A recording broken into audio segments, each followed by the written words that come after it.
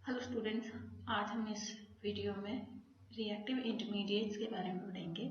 Reactive intermediates mainly 6 type के होते हैं। ठीक है, फर्स्ट है हमारा कार्बोनियम आयन या कार्बोकैटायन। ओके, सेकंड है यहाँ पे कार्ब एनायन, थर्ड हम पढ़ेंगे फ्री रेडिकल, फोर्थ है कार्बीन, फिफ्थ है एराइन या बेंजाइन और सिक्स्थ जो है वो नाइट्रीन।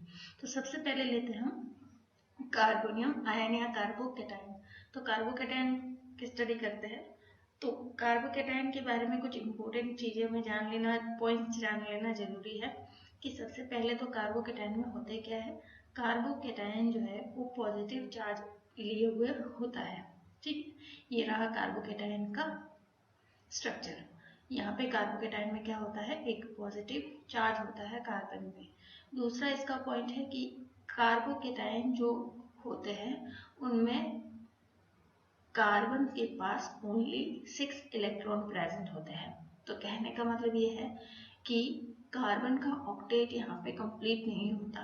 ठीक है, ओनली 6 इलेक्ट्रॉन होते हैं इस कार्बन के पास, जिस वजह से ये जो कार्बोकैटायन होता है वो अनस्टेबल होता है due to incomplete octet. Okay, fourth point है यहाँ पे कि ये कार्बोकैटायन जो है वो एक्ट करता है एज अ इलेक्ट्रोफाइल। क्या इलेक्ट्रॉन स्नेही की तरह एक्ट करता है कार्बोकैटायन। ओके, नेक्स्ट पॉइंट है यहाँ पे, हो गया हमारा फोर्थ पॉइंट। नेक्स्ट पॉइंट है यहाँ पे कि कार्बोकैटायनिक मॉलिक्यूल्स जो है प्लेनर ट्रायंगुलर स्ट्रक्चर रखते हैं। ओके, प्लेनर ट्रायंगुलर स्ट्रक्चर रखते हैं। फाइन, यहाँ पे स्ट्रक्चर का सिंपल सा मतलब ये है कि ये एक प्लेन में है, ये सामने की तरफ है, ये जो है इसके पीछे की तरफ है। कहने का मतलब है ये पूरी तरह से एक इस प्लेन में प्रेजेंट है कार्बोकैटायन कंप्लीट। आप दूसरी तरह से भी इसे रिप्रेजेंट कर सकते हैं, जैसे इस तरह से भी इसे रिप्रेजेंट कर सकते हैं। प्लेनर ट्रायंगुलर स्ट्रक्चर होती है कार्बोकैटायन की। ओके, नेक्स्ट है कि ये जो प्लेनर स्ट्रक्चर होती है कार्बोकैटायन की, इनमें दो बॉन्ड्स के बीच में 120 डिग्री का एंगल होता है। क्लियर? तो ये थे कुछ कार्बोकैटायंस की प्रॉपर्टीज, उनके मेन पॉइंट की कार्बोकैटायन होता क्या है।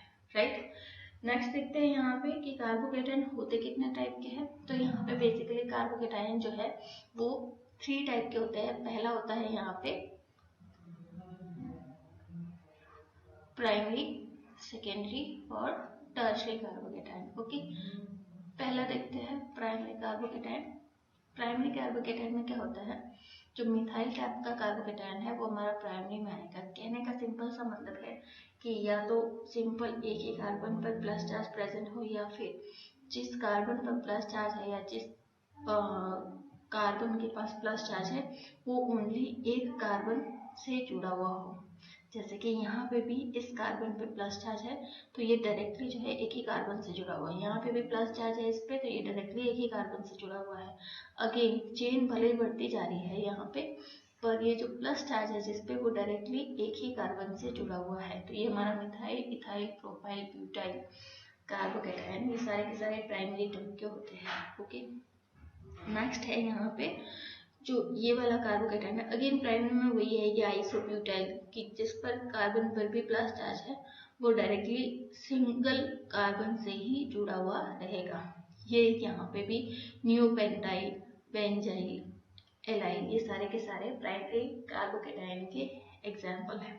ओके, नेक्स्ट देखते हैं हम सेकेंडरी कार्बोकैटायन क्या होता है। तो सेकेंडरी कार्बोकैटायन में सिंपल सा मीनिंग है कि जिस भी कार्बन पर प्लस चार्ज होगा वो आगे दो कार्बन से जुड़ा हुआ होगा, डायरेक्टली अटैच्ड होंगे दो कार्बन। यहाँ पे ये एक तो है, यहाँ पे ये है।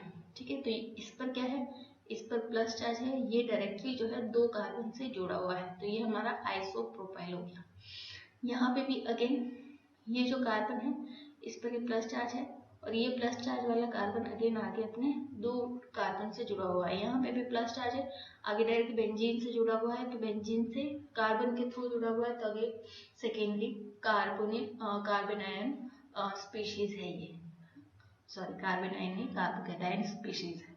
ओके, तो ये आइसोप्रोपाइल, एस-ब्यूटाइल और बेंजीन बेंजहाइड्राइल भी जो है वो सेकेंडरी कार्बोकैटायन की कैटेगरी में आते हैं। नेक्स्ट देखते हैं टर्शियरी टाइप के कार्बोकैटायन क्या होते हैं। यहाँ पे सिंपल सा मीनिंग है, जिस कार्बन पर भी प्लस चार्ज है वो आगे 3 कार्बन एटम से जुड़े हुए रहेंगे, तो ऐसे कार्बोकेटाइन हमारे टर्शरी टाइप के कार्बोकेटाइन कहलाएंगे। ये है हमारा टर्शरी ब्यूटाइल। अगेन यहाँ पे जो है ये कार्बन जिस पर प्लस चार्ज है आगे 3 कार्बन से जुड़ा हुआ है, तो अगेन ये भी टर्शरी कार्बोकेटाइन की कैटेगरी में आएगा। ये हमारा टर्शरी एमाइन। अगेन ये भी ट्राइट्रिल जिसे कहेंगे, ये भी हमारा टर्शरी कार्बोकेटाइन की कैटेगरी में आएगा। ठीक है, नेक्स्ट है यहाँ पे formation of carbocation. Formation of carbocation मतलब कि कार्बोकेटाइन बनने की क्रिया विधियां क्या है, तो वो देखते हैं। फर्स्ट टाइप हम यहाँ पे, पहला टाइप है यहाँ पे बाय प्रोटोनेशन ऑफ एल्कीन। ये है हमारा एल्कीन, एल्कीन है। ठीक है, अब इस एल्कीन की प्रोटोनेशन द्वारा हम कार्बोकेटाइन का फॉर्मेशन कर सकते हैं, कार्बोकेटाइन बना सकते हैं। तो उसके लिए क्या करना पड़ेगा हमें, सबसे पहले ये जो डबल बॉन्ड के इलेक्ट्रॉन है, ठीक है, ये क्या होगा, ये इसको शिफ्ट कराएंगे हम इस वाले कार्बन पे, डबल बॉन्ड के इलेक्ट्रॉन को शिफ्ट करा देंगे इस वाले कार्बन पे। तो कराते ही क्या हो जाएगा, इस वाले कार्बन पे आ जाएगा प्लस चार्ज और यहाँ पे क्या आ जाएगा, माइनस चार्ज। ओके, अब क्योंकि यहाँ पे माइनस चार्ज आया है और इसकी रिएक्शन हमने मान लो किसी एसिड के साथ कराई है, ठीक है, तो ये बन जाता है हमारा CH प्लस चार्ज और ये CH2, ये एक H आके यहाँ पे जुड़ जाता है। ठीक है, तो ये अभी हमारा क्या बन गया है, ये अभी हमारा बन गया है सेकेंडरी कार्बोकेटाइन। ये कैसा है, सेकेंडरी कार्बोकेटाइन है हमारे पास। ठीक है, सेकेंडरी कार्बोकेटाइन सही से लिखना। ओके, यहाँ कैसे, ये जो कार्बन है इस पे जो प्लस चार्ज है आगे एक कार्बन से जुड़ा हुआ है और इधर साइड से भी एक कार्बन से जुड़ा हुआ है, तो ये हमारा क्या होगा, सेकेंडरी कार्बोकेटाइन। नेक्स्ट जो इसका मेथड है, दूसरी जो इसकी विधि है वो है कि by cleavage of CX bond, यानी कि जो CX बॉन्ड होता है, कार्बन हेलोजन बॉन्ड होता है, उसके विदलन द्वारा भी कार्बोकेटाइन का फॉर्मेशन पॉसिबल है। ठीक है, तो सिंपल सा हमें क्या करना है, यहाँ पे ये जो सिंगल बॉन्ड है इसका क्लीवेज कर देंगे। ठीक है, तो यहाँ से इलेक्ट्रॉन शिफ्ट हो जाएंगे इस हेलोजन ग्रुप पे, कुछ भी हो सकते हैं, यहाँ पे क्लोराइड हो सकता है, ब्रोमाइड हो सकता है, आयोडाइड हो सकता है। ओके, चलो, तो ये जब भी हम कराएंगे इधर शिफ्ट कराएंगे तो ये आ जाएगा प्लस चार्ज इस पे और इस पे आ जाएगा माइनस चार्ज। ओके, नेक्स्ट जो है वो थर्ड टाइप की, जो इसका थर्ड टाइप है या फिर कहे कि थर्ड जो मेथड है कार्बोकेटाइन की फॉर्मेशन का, वो देखते हैं। यहाँ पे थर्ड मेथड है बाय प्रोटोनेशन ऑफ एल्कोहल, यानी कि जो ये एल्कोहल दे रखा है इसका सबसे पहले प्रोटोनेशन कराने के बाद जो है हम क्या कर सकते हैं, हम यहाँ पे कार्बोकेटाइन का फॉर्मेशन कर सकते हैं। प्रोटोनेशन कैसे कराएंगे, यहाँ पर जो है ऑक्सीजन पर 2 लोन पेयर हमें पता है कि प्रेजेंट रहते हैं, ये आके क्या करेगा, ये इस लोन पेयर पे आके जुड़ जाएगा, या फिर एक तरह से कहे कि अटैक कर लेगा। ठीक है, या फिर और दूसरे तरीके से कहे तो ये कहेगा कि ये एक लोन पेयर ही हाइड्रोजन को दे देगा और हाइड्रोजन आके जुड़ जाएगा। तो जैसे ही एक लोन पेयर ये डोनेट कर देता है तो यहाँ पे ऑक्सीजन के पास आ जाता है प्लस चार्ज। ओके, अब क्योंकि ये स्टेबल स्ट्रक्चर तो है नहीं, प्लस चार्ज ऑक्सीजन पे नहीं आ सकता, ठीक है, क्योंकि इसकी इलेक्ट्रॉन नेगेटिविटी ज़्यादा है। हाँ, ओके, तो क्या होगा, यहाँ पे स्टेबिलिटी गेन करने के लिए ये जो बॉन्ड के इलेक्ट्रॉन है ये ऑक्सीजन पे शिफ्ट हो जाते हैं, जिस वजह से यहाँ पे तो इसके पास तो अपने खोए हुए इलेक्ट्रॉन इसको वापस मिल जाएंगे, पर यहाँ R पे जो है प्लस चार्ज आ जाएगा, तो यहाँ पे R पे प्लस चार्ज आ जाता है और ये बन जाता है हमारा H2O। तो यहाँ पे ये क्या बन गया हमारा, एक तरह का कार्बोकेटाइन, एक तरह का कार्बोकेटाइन जो कि प्राइमरी कार्बोकेटाइन है। ओके, चलो, तो ये थी थर्ड विधि। फोर्थ है कि by protonation of carbonyl compounds, carbonyl compounds के प्रोटोनेशन द्वारा भी जो है कार्बोकेटाइन का फॉर्मेशन पॉसिबल होता है। ओके, तो यहाँ पे प्रोटोनेशन सबसे पहले कैसे होगा वो हमें देखना होगा। प्रोटोनेशन कराने के लिए अगेन सेम ही मेथड है। यहाँ पर क्या होता है, ऑक्सीजन पे जो है 2 लोन पेयर होते हैं, तो ये क्या करता है, अपने इलेक्ट्रॉन इस हाइड्रोजन को दे देता है। जैसे ही हाइड्रोजन को देगा तो यहाँ पे क्या बन जाता है, ये हाइड्रोजन तो ऑक्सीजन पे आके जुड़ जाता है, पर ऑक्सीजन ने क्योंकि अपने लोन पेयर इलेक्ट्रॉन दिए हैं तो इस पे आ जाता है अगेन प्लस चार्ज। इस प्लस चार्ज को रिमूव करने के लिए बॉन्ड के इलेक्ट्रॉन ऑक्सीजन पर शिफ्ट होते हैं और शिफ्ट होने की वजह से यहाँ पे कार्बन पर आ जाता है प्लस चार्ज और ये बन जाता है यहाँ पे OH। ठीक है, तो अगेन जो है कार्बन पर आ गया प्लस चार्ज, तो ये हमारा बन गया एक तरह कार्बोकेटाइन। तो कार्बोनिल कंपाउंड्स जो है उनके प्रोटोनेशन द्वारा भी हम कार्बोकेटाइन का फॉर्मेशन कर सकते हैं। फिफ्थ मेथड है reaction of primary amine with nitrous acid. Okay, ये जो हमारा एमीन ग्रुप है ये आगे एक कार्बन से जुड़ा हुआ है, इसलिए इस सब्सट्रेट को हम कहेंगे प्राइमरी एमीन, और उसका नाइट्रस एसिड के साथ रिएक्शन करवाया जाता है। यहाँ पे जो NaNO2 है ये NaNO2 HCl के साथ रिएक्ट करके नाइट्रस एसिड का फॉर्मेशन करता है। ठीक है, वो रिएक्ट करता है इस प्राइमरी एमीन के साथ, तो उसके रिएक्शन के दौरान यहाँ पे बीच में एक इंटरमीडिएट का फॉर्मेशन होता है। ठीक है, और यहाँ से ये जो N2+ बना है इस पर ये प्लस ये जो बॉन्ड के इलेक्ट्रॉन है सिंगल बॉन्ड के, ये ट्रांसफर हो जाते हैं और हमारे पास फाइनली कार्बोकेटाइन मिलता है। यहाँ से N2 गैस जो है वो रिलीज हो जाएगी। ठीक है, तो ये इस तरह से हम कार्बोकेटाइन का फॉर्मेशन कर सकते हैं। ओके, नेक्स्ट है यहाँ पे रिएक्टिविटी और स्टेबिलिटी ऑफ कार्बोकेटाइन। ओके, यहाँ पे सबसे पहले देखते हैं कि रिएक्टिविटी और स्टेबिलिटी को हम कैसे करेंगे। तो एक कंसेप्ट है कि किसी भी कंपाउंड की अगर कार्बोकेटाइन की अगर रिएक्टिविटी ज़्यादा है, रिएक्टिविटी ज़्यादा है तो उसकी स्टेबिलिटी कम होगी, और अगर कार्बोकेटाइन की स्टेबिलिटी ज़्यादा है तो उसकी जो है वो रिएक्टिविटी कम होगी।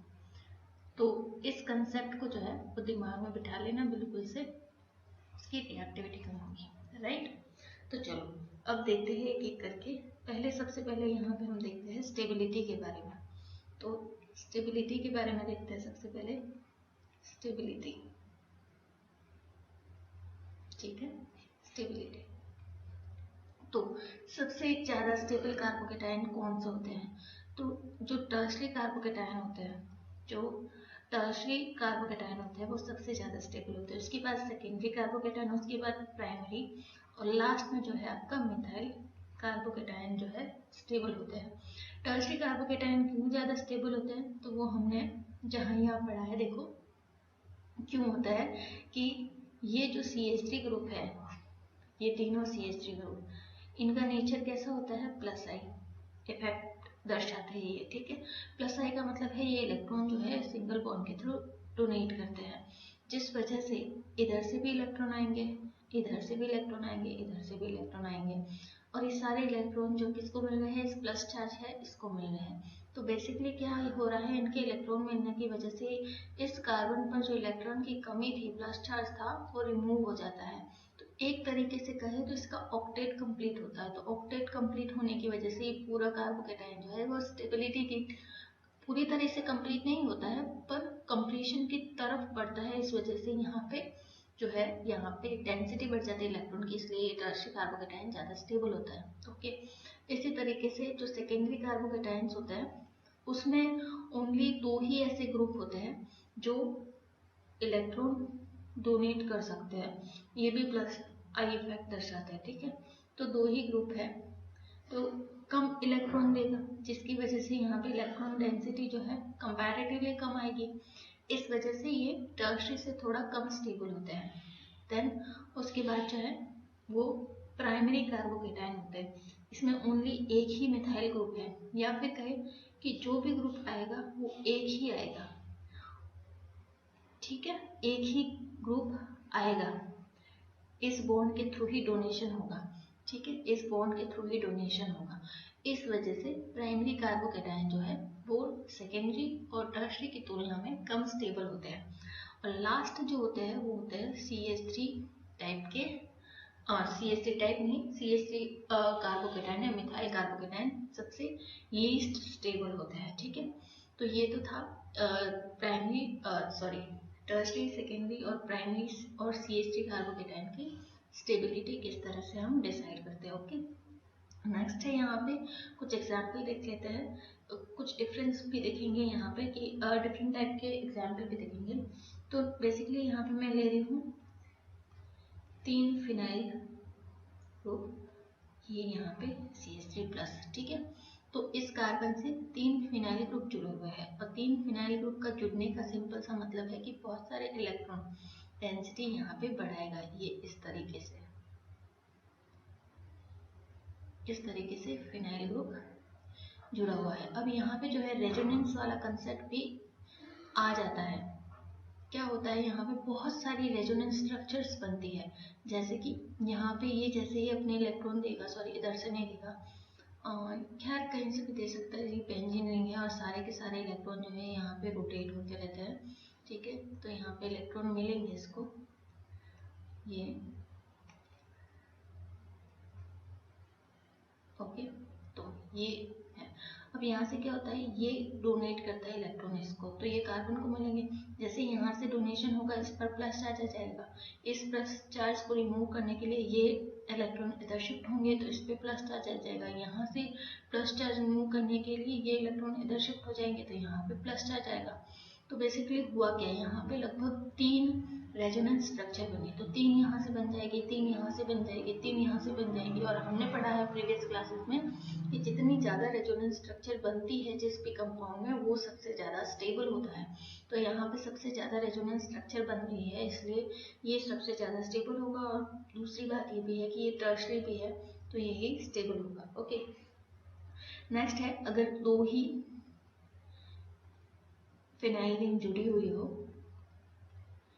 तो वो टर्शरी वाले से कम स्टेबल होगा। ऑब्वियस बात है, अगर यहाँ से मैं 1 फिनाइल रिंग हटा दूँ तो ये क्या हो जाएगा, यहाँ से अगर मैं 1 फिनाइल रिंग हटा दूँ, ठीक है, तो यहाँ से जितनी 9 बननी थी, तो अभी 6 ही जो है वो रेजोनेंस स्ट्रक्चर बनेगी, तो टर्शरी की तुलना में कम रेजोनेंस स्ट्रक्चर बनेगी।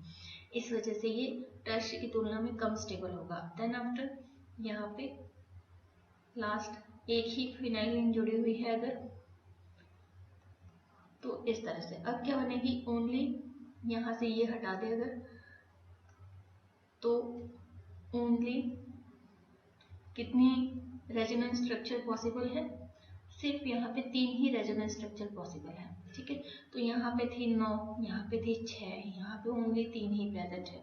और हमने प्रीवियस क्लासेस में पढ़ा हुआ है कि जितनी अनुनाद संरचना एक कंपाउंड की ज़्यादा होगी या किसी भी स्पीशीज की ज़्यादा होगी, वो सबसे ज़्यादा स्टेबल होगा।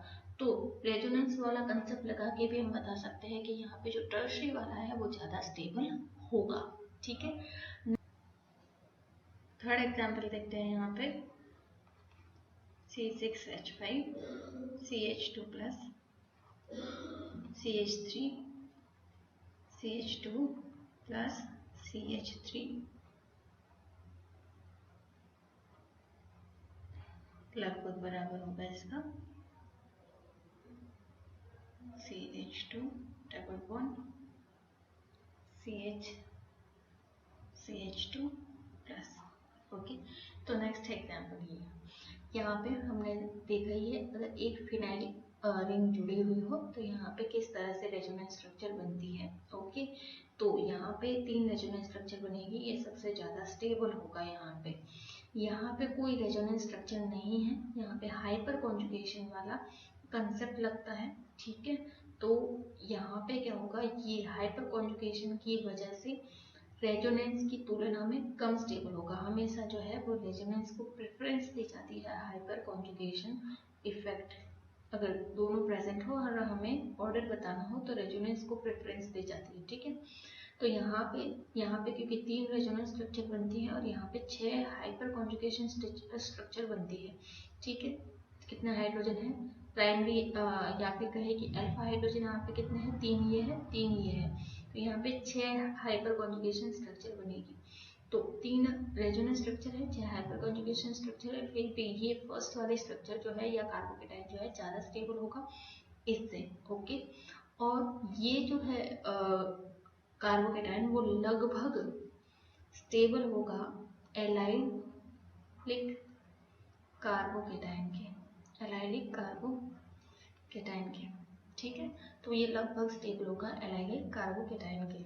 ओके, तो यहाँ पे भी क्या होता है, यहाँ पे भी रेजोनेंस ही होता है, पर यहाँ पे कंपैरेटिवली कम इफेक्टिव होता है रेजोनेंस, क्योंकि यहाँ पे पूरी 6 स्ट्रक्चर है और 6 हाइपर कॉन्जुगेशन स्ट्रक्चर है और यहाँ पे सिर्फ 2 ही जो है हमारी रेजोनेंस स्ट्रक्चर बनेगी। तो इस वजह से हम कह रहे हैं कि ये लगभग बराबर होगा इनकी स्टेबिलिटी। ओके, तो ये तो था स्टेबिलिटी के बारे में। ओके, जो प्रेरणिक प्रभाव है या फिर आप कह सकते हो कि यहाँ पे 3 चीजें जो है इफेक्टिव होती है। एक तो है रेजोनेंस, आप बता देती हूँ मैं। 3 चीजें आप स्टेबिलिटी में देखते हैं। एक तो देखते हैं यहाँ पे रेजोनेंस, ठीक है। दूसरा देखते हैं हम हाइपर कॉन्जुगेशन, और लास्ट देखते हैं हम यहाँ पे इंडक्टिव इफेक्ट। ये सारे इफेक्ट देख के हम किसी भी कार्बोकेटाइन की स्टेबिलिटी के बारे में पता कर सकते हैं। ओके, चलो अब यहाँ पे देखते हैं कि रिएक्टिविटी सबसे ज़्यादा किसकी होगी।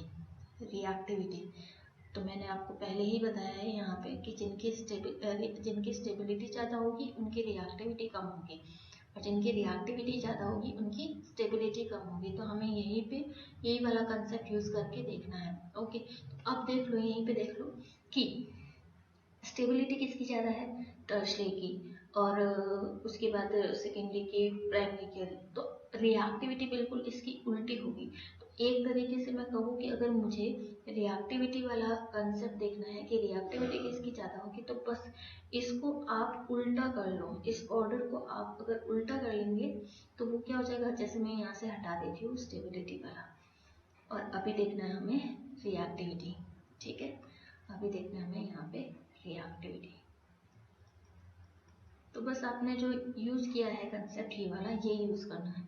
तो यहाँ पे रिएक्टिविटी सबसे ज़्यादा किसकी होगी, CH3 की रिएक्टिविटी ज़्यादा होगी, इसके बाद प्राइमरी की होगी, इसके बाद सेकेंडरी की होगी, और लास्ट में जो है टर्शियरी की रिएक्टिविटी होगी।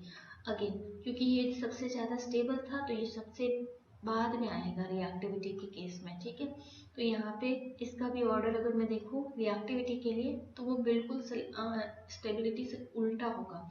तो रिएक्टिविटी सबसे ज़्यादा किसकी होगी, इसकी सबसे ज़्यादा होगी, और यहाँ पे रिएक्टिविटी सबसे ज़्यादा किसकी होगी, इसकी सबसे ज़्यादा होगी। ठीक है, तो इस तरीके से आप कह सकते हैं कि स्टेबिलिटी अगर ज़्यादा है तो रिएक्टिविटी कम होगी, रिएक्टिविटी ज़्यादा है तो स्टेबिलिटी कम होगी। ओके, तो ये वाला कंसेप्ट हम इस तरीके से समझ सकते हैं। चलो नेक्स्ट देखते हैं हम यहाँ पे इफेक्ट ऑफ सब्स्टिट्यूएंट्स, यानी कि प्रतिस्थापियों का प्रभाव। कार्बोकेटाइन पे जो प्रतिस्थापी लगे हुए हैं उनका प्रभाव क्या होता है, यानी कि जो सब्स्टिट्यूएंट्स लगे हुए होते हैं।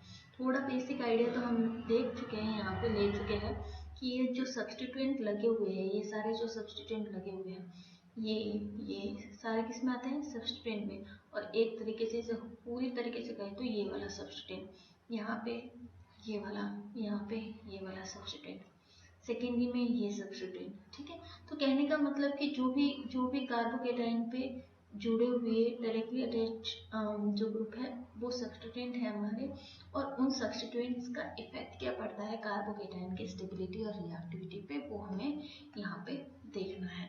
ठीक है, तो स्टार्ट करते हैं। ये हमारा एक कार्बोकेटाइन है और हम कह रहे हैं कि अगर कोई इलेक्ट्रॉन डोनेटिंग ग्रुप जुड़ा है हमारे कार्बोकेटाइन से, यानी कि कोई ऐसा ग्रुप जुड़ा हुआ है कार्बोकेटाइन से जो इलेक्ट्रॉन डोनेट कर रहा है, तो उस केस में क्या होगा, उस केस में कार्बोकेटाइन पर जो है वो प्लस चार्ज की कमी होगी। क्या होगा, प्लस चार्ज की कमी होगी। इलेक्ट्रॉन डोनेट होंगे तो ऑब्वियस सी बात है प्लस चार्ज जो है वो कम होगा, जिस वजह से क्या होगा, यहाँ पे स्टेबिलिटी इंक्रीज हो जाएगी, स्टेबिलिटी इंक्रीज हो जाएगी। और अगर स्टेबिलिटी इंक्रीज होगी तो हमने पढ़ा है, सिंपल सा कंसेप्ट है, रिएक्टिविटी डिक्रीज हो जाएगी। ठीक है, क्या होता है, कार्बोकेटाइन पर इलेक्ट्रॉन डोनेटिंग अगर ग्रुप जुड़ा हुआ है तो यहाँ पे प्लस चार्ज में कमी आएगी, जिस वजह से स्टेबिलिटी इंक्रीज हो जाएगी और रिएक्टिविटी क्या हो जाएगी, डिक्रीज हो जाएगी। इसी तरह से ये कार्बन है, ठीक है, ये हमारा कार्बोकेटाइन है, और यहाँ पे अगर इलेक्ट्रॉन विड्रॉइंग ग्रुप जुड़ा हुआ हो कोई, तो उस केस में क्या होता है, देखो यहाँ पे कोई इलेक्ट्रॉन विथड्रॉइंग ग्रुप जुड़ा हुआ है, यानी कि इलेक्ट्रॉन खींचने वाला ग्रुप जुड़ा हुआ हो, तो उस केस में क्या होता है, यहाँ पे पॉजिटिव चार्ज इंक्रीज होता है, यहाँ पे पॉजिटिव चार्ज इंक्रीज होता है। उस वजह से स्टेबिलिटी क्या होती है, स्टेबिलिटी यहाँ पे डिक्रीज होती है। पॉजिटिव चार्ज इंक्रीज होने की वजह से स्टेबिलिटी डिक्रीज होती है, तो वैसी बात है, इसका उल्टा होगा रिएक्टिविटी। तो रिएक्टिविटी जो है यहाँ पे रिएक्टिविटी इंक्रीज होगी, रिएक्टिविटी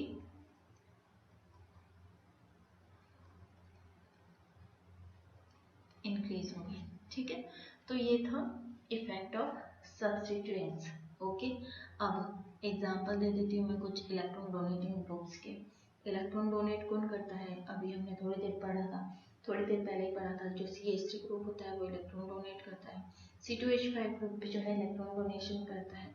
इसके अलावा CH2 CH3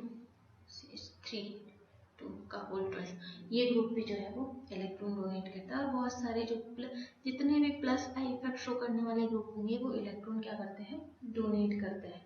ठीक है, इसके अलावा इलेक्ट्रॉन विड्रॉ कौन करते हैं, तो बहुत सारे ग्रुप है जो इलेक्ट्रॉन विड्रॉ करते हैं, जैसे क्लोराइड ग्रुप है, इलेक्ट्रॉन विड्रॉ करेगा। नाइट्रो ग्रुप है, ये भी इलेक्ट्रॉन खींचेगा कार्बोकेटाइन से। ये साइनाइड ग्रुप है, ये भी इलेक्ट्रॉन खींचेगा। एल्डिहाइड ग्रुप भी खींचेगा। इसके अलावा जो एसिडिक ग्रुप है ये भी क्या करता है, इलेक्ट्रॉन विड्रॉ करता है। ठीक है, तो ये सारे ग्रुप अगर हमारे कार्बोकेटाइन से जुड़े हुए हो तो इलेक्ट्रॉन विड्रॉ करेगा, जिस वजह से स्टेबिलिटी डिक्रीज होगी और रिएक्टिविटी इंक्रीज हो जाएगी।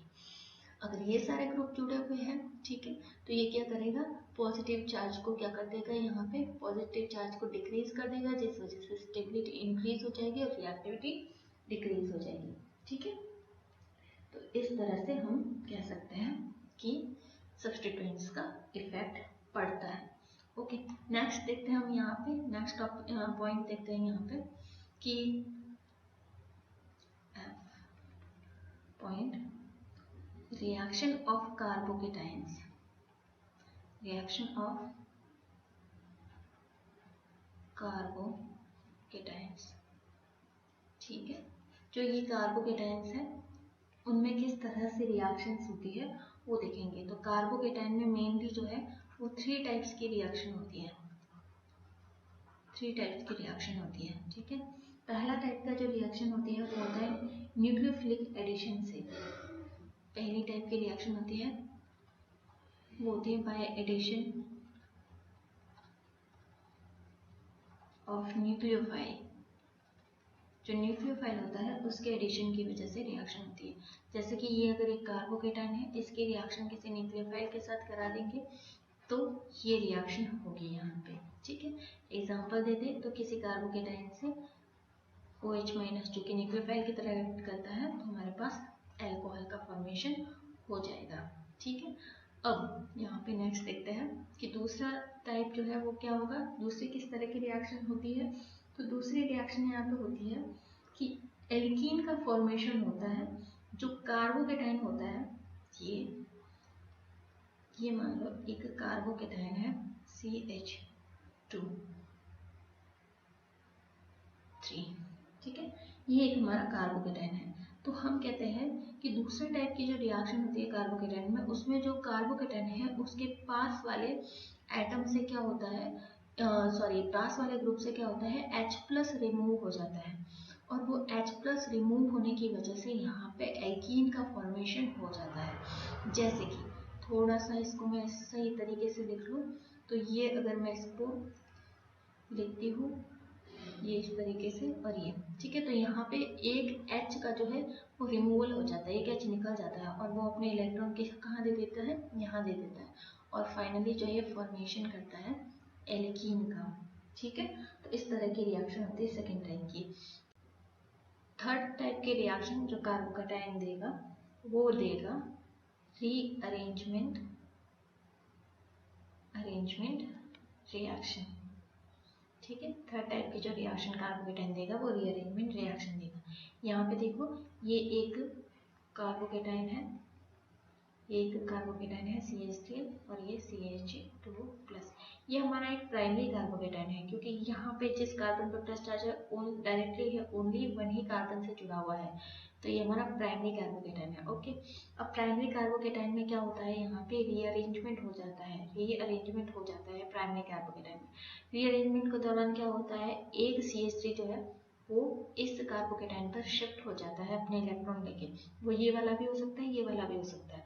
तो जब ये शिफ्ट होता है या इसका पुनर्विन्यास होता है या फिर ये अपने आप को रीअरेंज करता है, तो उस टाइम प्रोडक्ट जो बनेगा यहाँ पे, या फिर कह सकते हैं जो कार्बोकेटाइन बनेगा नेक्स्ट वाला, वो बनेगा इस तरीके से, CH2 और यहाँ पे CH3 जुड़ जाएगा। ठीक है, तो ये अब हमारे पास क्या मिला है, हमें टर्शियरी कार्बोकेटाइन मिला है। ये देखो, ये जो कार्बन है जिस पर प्लस चार्ज है आगे 3 CH3 ग्रुप से जुड़ा हुआ है, या फिर कहे कि 3 कार्बन से जुड़ा हुआ है, इसलिए ये क्या बन गया, प्राइमरी से टर्शियरी बन गया रीअरेंज होके। क्योंकि हमने क्या पढ़ा है, टर्शियरी कार्बोकेटाइन ज्यादा स्टेबल होते हैं। ठीक है, ओके, नेक्स्ट देखते हैं हम यहाँ पे कि आगे एक और रिएक्शन होगी। हम क्या कराते हैं यहाँ पे, इस टर्शियरी कार्बोकेटाइन का रिएक्शन करवाते हैं HCl के साथ। ओके, तो जब इस टर्शियरी कार्बोकेटाइन का रिएक्शन हम HCl के साथ करवाते हैं, तो करवाने के दौरान हमारे पास एक तो मिलता है एल्कीन, एक क्या मिलता है, एल्कीन। वो किस वजह से मिलता है, ये जो सेकेंड वाली रिएक्शन है, इस सेकेंड वाली रिएक्शन को ये फॉलो करता है। ठीक है, जो फॉलो करके क्या होगा, देखो ये क्या है, यहाँ पे CH2, ओके, CH2 से एक हाइड्रोजन यहाँ से रिलीज होगा और वो क्या बनाएगा, वो बनाएगा हमारे पास एक एल्कीन। ये मान लो एक हाइड्रोजन इस तरह से था, ये अपने इलेक्ट्रॉन देके यहाँ से निकल गया, ये H+ प्रोटॉन रिमूव हो गया, तो प्रोडक्ट क्या बना हमारे पास, प्रोडक्ट बना CH3 डबल बॉन्ड CH3, ये हमारे पास बना प्रोडक्ट। ठीक है, इसे क्या कहेंगे हम, 2-मिथाइल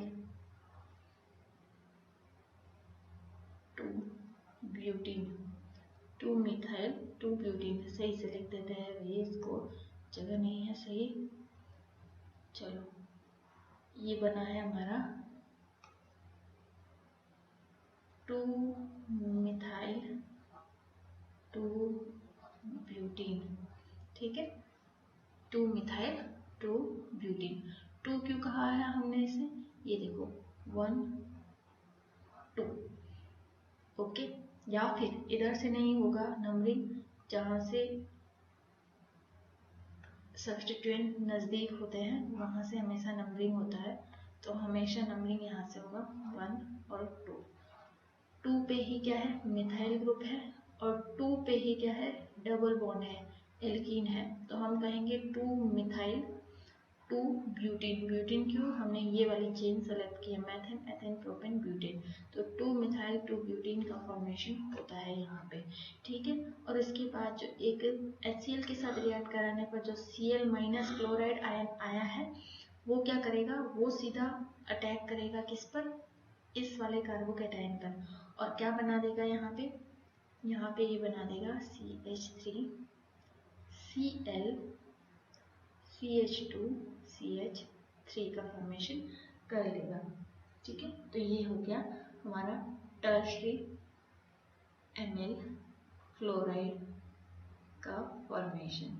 तो हम कहेंगे यहाँ से कि कार्बोकेटाइन जो है इस तरह की रिएक्शंस हमें देता है। 3 टाइप के रिएक्शन, पहला होता है कि न्यूक्लियोफिलिक एडिशन से रिएक्शन देगा, दूसरा होता है कि जो नज़दीकी कार्बोकेटाइन नज़दीकी कार्बन है उस पर प्रेजेंट हाइड्रोजन या फिर प्रोटॉन जो है रिलीज होने की वजह से एल्कीन का फॉर्मेशन करेगा।